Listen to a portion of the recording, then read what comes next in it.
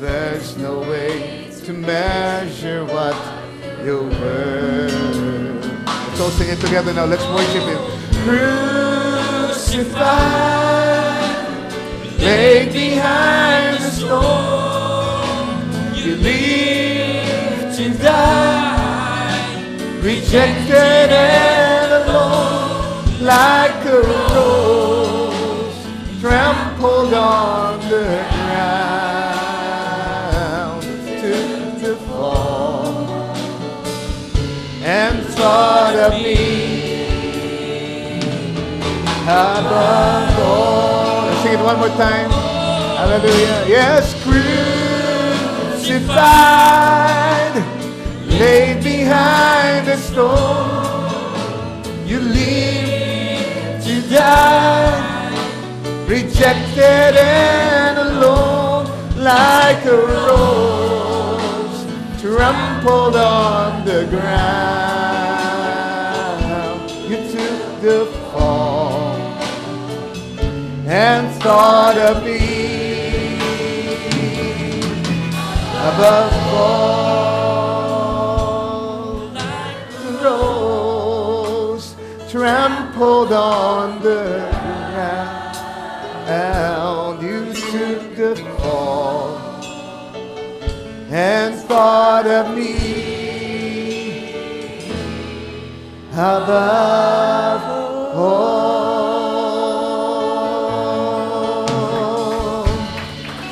Thank you, Lord.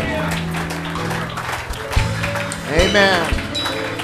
Thank you, Jesus. Hallelujah. Maraming kami po ay lumalapit sa iyo muli. May lubos na pasasalamat.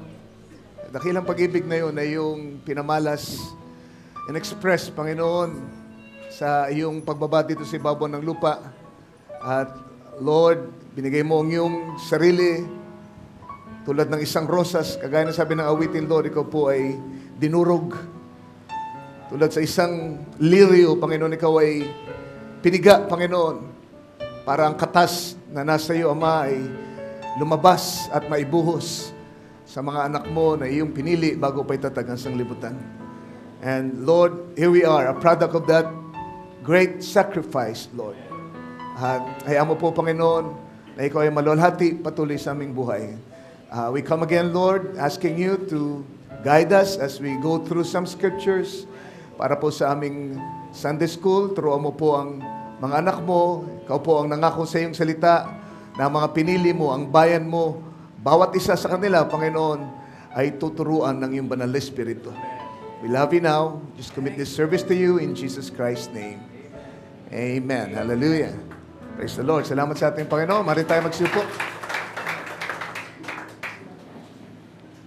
Ayan, pinagbakasyon po natin sandali yung ating teacher. Kaya ako ang magsisilbing teacher nyo ngayon sa Sunday School. At sa araw na ito ay tatalakay tayo ng isang paksa na palagay ko kailangan marinig ng mga baguhan na kasama natin ngayon at magiging kapakipakinabang din para dun sa mga matagal ng nananambahan. Because today we're going to talk about a study on God's true ordained fivefold ministry. Alright? Fivefold ministry. Merong 5 looping ministeryo na ibinigay ang Diyos sa iglesia para sa paglago nito, para sa pagpupuno sa lahat ng pangailangan nito habang ang mga mananampalataya ay naghihintay sa kanyang pagbabalik.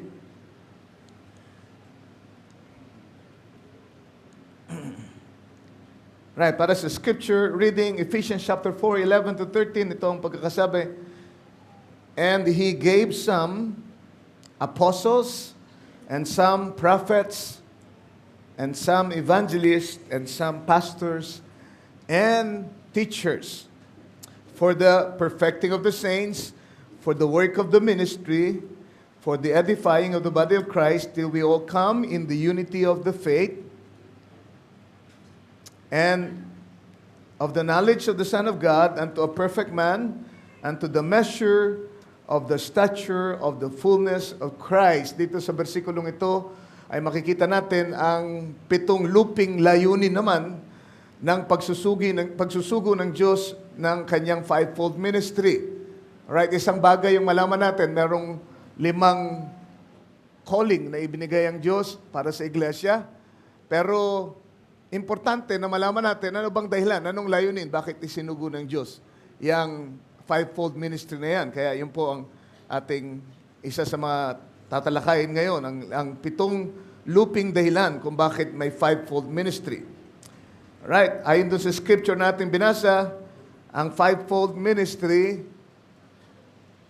right, na binanggit doon sa scripture, apostles, prophets, teachers, o evangelists, teachers, and pastors. Alright, yung 5 yan ay ibinigay para sa number 1, unang purpose, unang lupi ng layuning ito ay ang perfecting of the saints. Alright? Banal na pero kailangan pang i-perfect. Alright. Pero ano ba talaga ibig sabihin ng salitang perfect dyan or perfecting?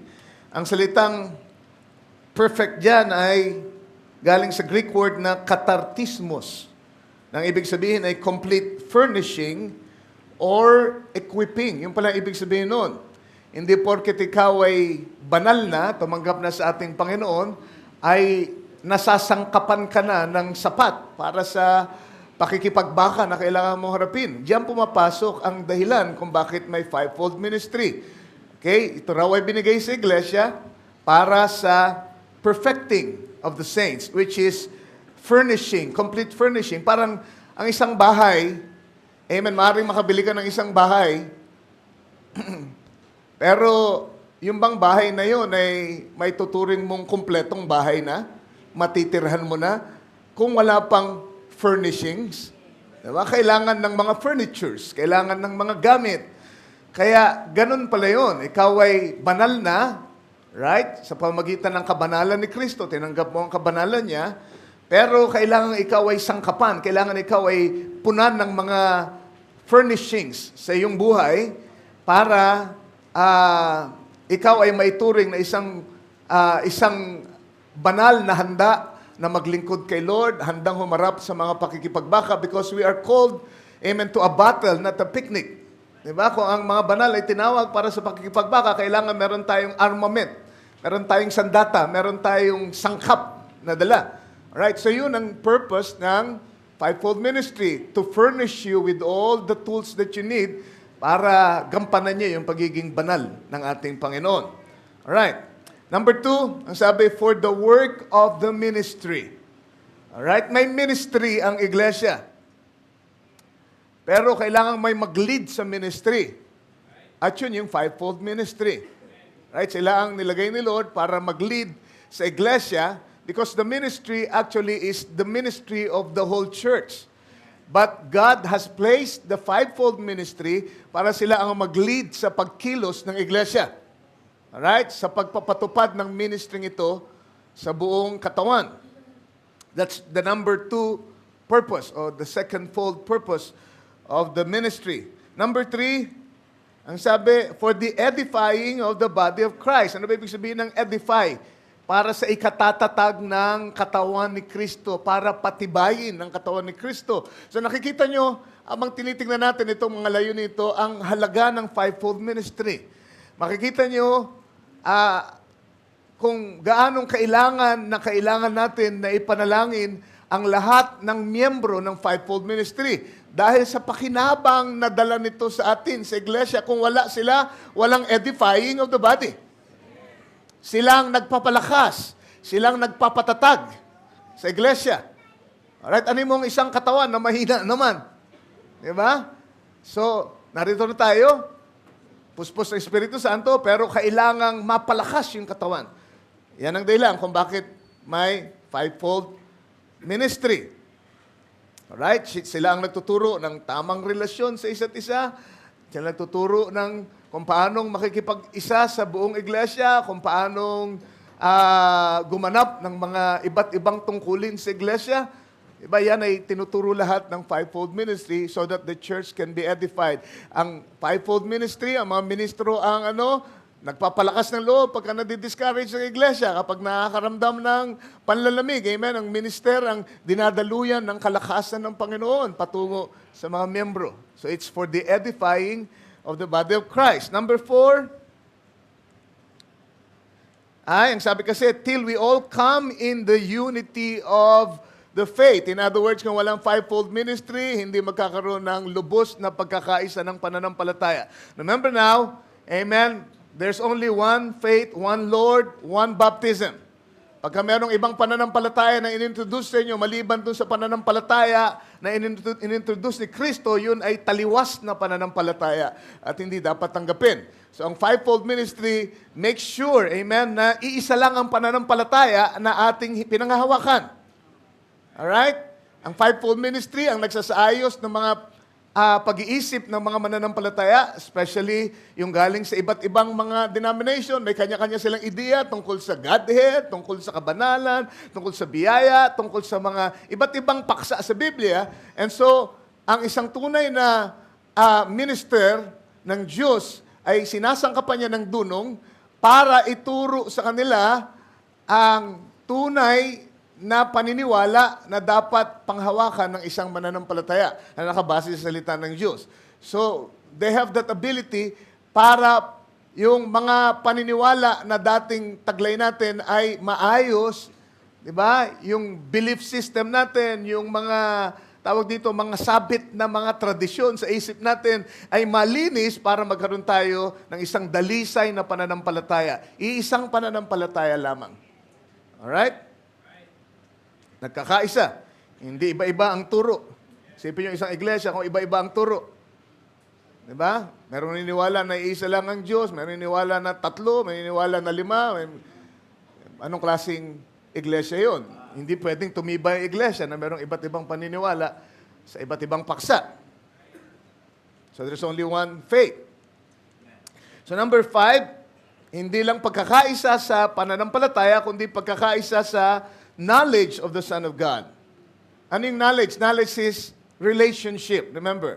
Right? Hindi lang pagkakaalam na may Diyos, kundi knowledge is relationship with Him. Pagkakakilala sa isang malalim na paraan.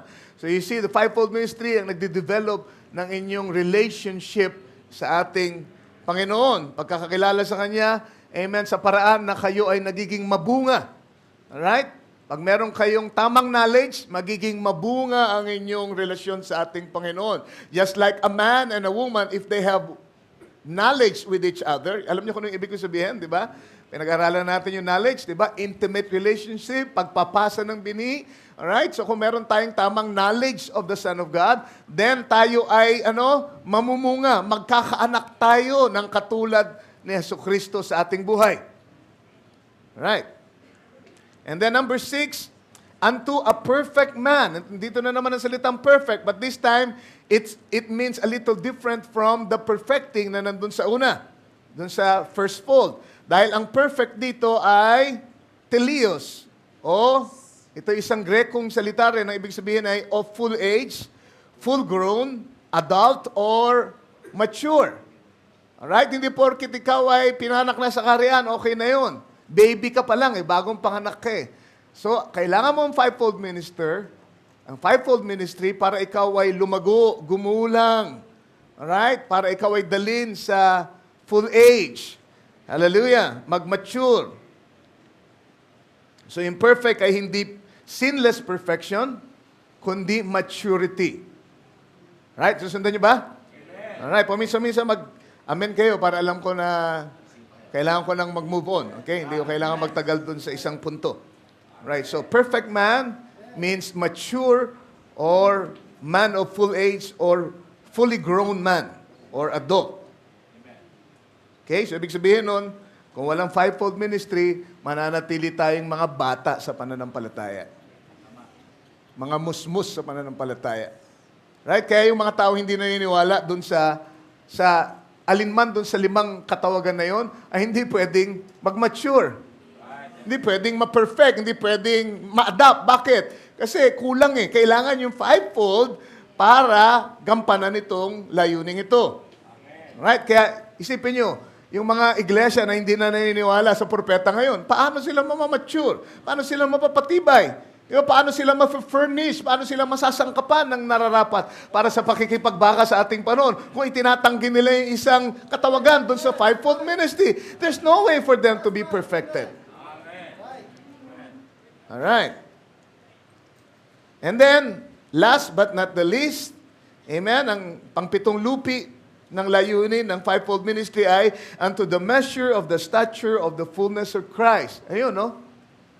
Yung pyramid natin, pagka nandyan na lahat, yung mga virtues na yan, faith, knowledge, temperance, patience, so on and so forth, yan ay mga katangian na tinaglay ni Kristo nung nandito siya sa ibabaw ng lupa. So ang layunin ng fivefold ministry ay dalhin tayo, amen, sa isang sitwasyon, sa isang lugar sa ating pananampalataya na taglay na natin lahat ng mga katangian yan. Nasusundan niyo ba? Amen. Alright. At kapag taglay na natin yan, we can say we are adopted already. Yun eh. Di ba? Para magkaroon ka ng ganyan mga katangian, abay, pwede ka ng pagkatiwalaan sa negosyo ng Ama. Naalala niyo yung turo sa adoption? Diba? Yung adoption ay hindi pag-aampon ng ibang anak. Amen? Anak ng may anak, pagkatapos ay ampunin mo sa iyong pamilya. Hindi yun ang Bible adoption. Ang Bible adoption ay yung sarili mong anak ay ipupwesto mo sa posisyon ng authority. Bakit? Kasi napadaan mo na siya sa pagsasanay. Diba? Tinuruan mo na siya, nasubaybayan mo ang kanyang buhay. At it comes to a point, amen, na ikaw ay nagkakaroon na ng kumpiyansa sa kanya dahil itong mga virtues na ito ay na-instill na sa kanya. Alright? Kaya pwede na siyang pagkatiwalaan. Ano man ang kanyang sabihin ay parang ikaw na ang may sabi. Ito kung paanong si Jesus Christ bilang anak ay inadapt doon sa Mount Transfiguration. Ang sabi ng tinig, amen, he is my beloved son in whom I'm well pleased. Kaparehong mga kataga nung sinabi ng Diyos doon sa baptism niya sa Jordan River. Pero dito sa Mount Transfiguration ay dinagdagan niya ng hear ye him. Bakit? Kasi yung baptism niya, isimula lamang ng ministry. Kahit si Jesus Christ ay kailangan gumulang sa ministry, mag-mature, ma-develop ang karakter. Can you say amen? Kaya dun sa dulo ng ministry ay inadapt siya ng Ama. At ang sabi, ngayon, pakinggan niyo siya. Dahil yung salita niya ay salita ko na rin. I give him full authority. Right? Anong meron ng iglesia? Hindi kapangyarihan, authority. Kaya tayo inadapt. Amen? Dahil binigyan na tayo ng authority na gamitin ang full power ng ating Panginoon. Alright, yan ang pitong lupi. At sabi sa Ephesians 4:14, right, sinum up dito ang magiging bunga nung mga layuning yun kapag naisagawa na ng fivefold ministry sa iglesia. Ang sabi dito, that we henceforth be no more children, tossed to and fro, and carried about with every wind of doctrine by the sleight of man and cunning craftiness whereby they lie in wait to deceive. But speaking the truth in love may grow up into him in all things, which is the head, even Christ, from whom the whole body fitly joined together and compacted by that which every joint supplieth, according to the effectual working in the measure of every part, make it increase of the body unto the edifying of itself.